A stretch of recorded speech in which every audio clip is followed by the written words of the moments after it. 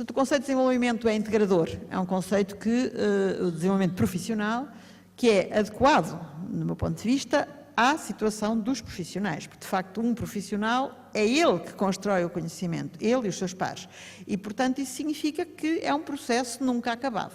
Eu às vezes digo que tenho esperança de no dia em que morrer ainda estar a construir algum conhecimento na minha área profissional, que é de ser professora, efetivamente. Portanto, será que é espontâneo o desenvolvimento profissional ou é trabalhado?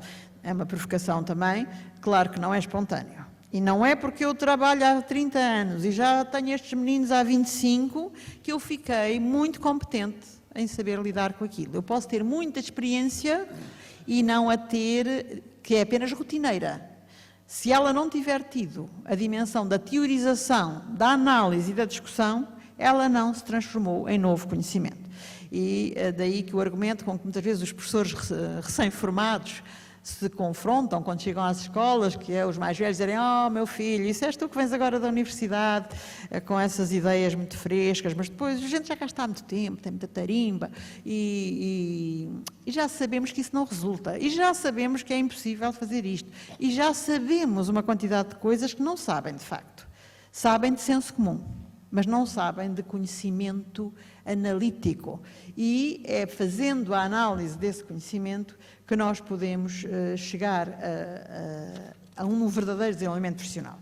Eu gosto muito de citar Carlos Marcelo neste campo e retomarei algumas das ideias dele, entre muitos outros autores.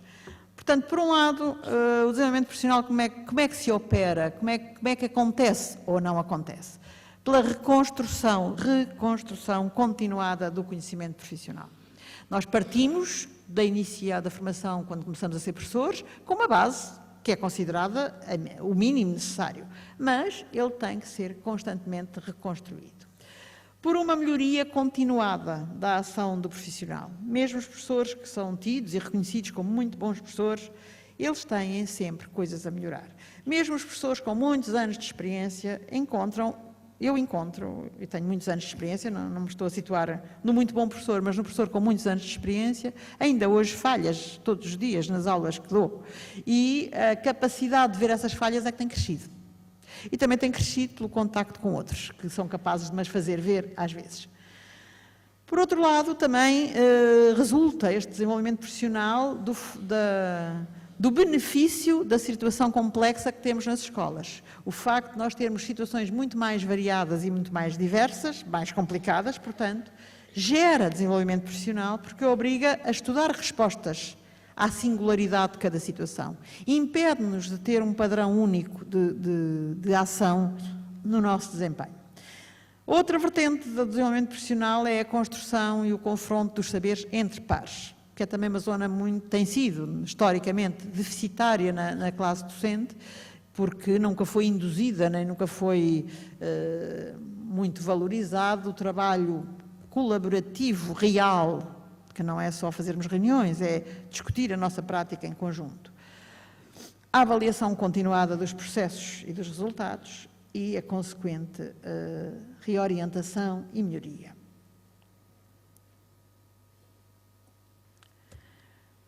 Neste contexto, ele conduz-nos esta noção de desenvolvimento profissional a uma grande valorização dos contextos de trabalho, como instrumentos de desenvolvimento profissional, como quadros, como fornecedores, quase que diria, do desenvolvimento profissional. Portanto, a supervisão e a avaliação são tanto mais valiosas na melhoria de uma escola, na mesma lógica de relação do desempenho profissional com o desempenho da organização escolar, e esta série de seminários é sobre administração e organização de conferências, aliás, ou seminários de aprofundamento, é sobre o chapéu maior da organização escolar, e eu gostava de agora situar a supervisão e a avaliação nesta lógica de melhoria e de desenvolvimento profissional que lhes estão associadas, em termos do contexto onde ela ocorre. Efetivamente, o nosso desempenho de professores não é um desempenho solto do ponto de vista organizacional. Nós trabalhamos no interior de organizações, nomeadamente desta organização deste lugar a que chamamos escola, como dizia já em 1984 John Goodlad. Este lugar a que chamamos escola. Este lugar no sentido também mais filosófico, tem uma organização e é, na expressão muito conhecida de Rui Canário, em 1991, esta afirmação foi produzida num congresso feito em Aveiro, em 91, que foi dos primeiros, assim, com relevo nacional, em que se debateram, no início da década de 90, que foi a grande década do investimento na formação contínua, a que se debateram de uma forma muito prospectiva as questões da formação, ou seja, as questões, no fundo, a emergência da ideia de desenvolvimento profissional. No nosso vocabulário habitual. E é muito engraçado reler estes textos, que eu, nas nossas aulas de SPAD, dei vários, porque é o olhar sobre a situação do desenvolvimento profissional, que em 91 era adivinhatório, enfim, era o levantamento de cenários futuros com fundamento em investigação. E é muito curioso, há textos do Nova, do Canário, do Alarcão, de muita outra gente, em 91 a darem as suas perspectivas de como é que seria o desenvolvimento nos 20 anos subsequentes, que agora já passaram. E o Rui Canário sublinha nesse texto dele, que é um texto notável, nesse congresso, a ideia que ele tem vindo a glosar em obras mais recentes, de que a escola é o lugar onde se aprende a ser professor. Não é só o lugar onde os alunos aprendem aquilo que está curricularmente esperado que eles aprendam, como aprendem outras coisas, os códigos, os valores, etc. Mas é como o hospital é o lugar, se calhar, onde os médicos aprendem a ser médicos, onde se processa a socialização profissional e onde ocorre, ou não, o tal processo de desenvolvimento profissional, mas nunca pode ser fora da escola, ou só fora da escola. Mesmo as formações que nós vamos fazer o mestrado, vamos fazer uma formação fora, aquilo que acontece no interior do contexto onde nós trabalhamos tem uma força, às vezes inconsciente, muito grande, de aculturação, que é fortíssima e que é marcante. E por isso eu julgo que é importante, quando discutimos hoje os problemas da supervisão, da avaliação e da melhoria, da melhoria da escola e do desenvolvimento profissional dos professores, ter este referente em mente.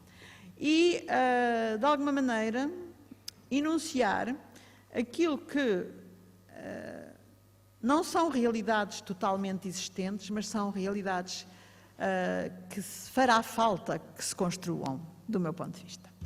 Para a escola ser um lugar onde se aprende a ser professor e a ser um bom professor, ela não pode ser um lugar de reprodução de rotinas e um lugar onde não se produz conhecimento, apenas se executam tarefas, cada vez mais burocráticas, aliás. Portanto, o que esta epígrafe do Canário me serve para sublinhar é a ideia de que a escola, como organização, tenderá ou deverá tender, será desejável do ponto de vista da eficácia que ela tenda a ser cada vez mais um lugar de construção e de difusão do saber profissional. Não é só nas universidades, não é só na academia que se cria saber. O saber profissional não prescinde, não pode prescindir, ele gera-se, pode ter esses contributos todos e deve, mas ele é construído e reconstruído no interior do contexto de trabalho, como o dos enfermeiros, como o dos médicos, como o dos assistentes sociais. É a comunidade e as suas práticas que se vão enriquecendo ou não, ou se vão rotinizando, e se vão rotinizando não há crescimento, se vão enriquecendo há crescimento, através de se tornarem cada vez mais lugares onde se constrói saber. Isto não significa apenas fazer checklists, significa o tal trabalho de acompanhamento, de supervisão a vários níveis. Supervisão de aulas, supervisão dos órgãos de gestão intermédia, supervisão das diferentes linhas de funcionamento da escola, da relação com a comunidade. Esse trabalho tem que ter uma supervisão liderada e estratégica. Se não tiver, vai acontecendo espontâneo ou não acontecendo. Por outro lado,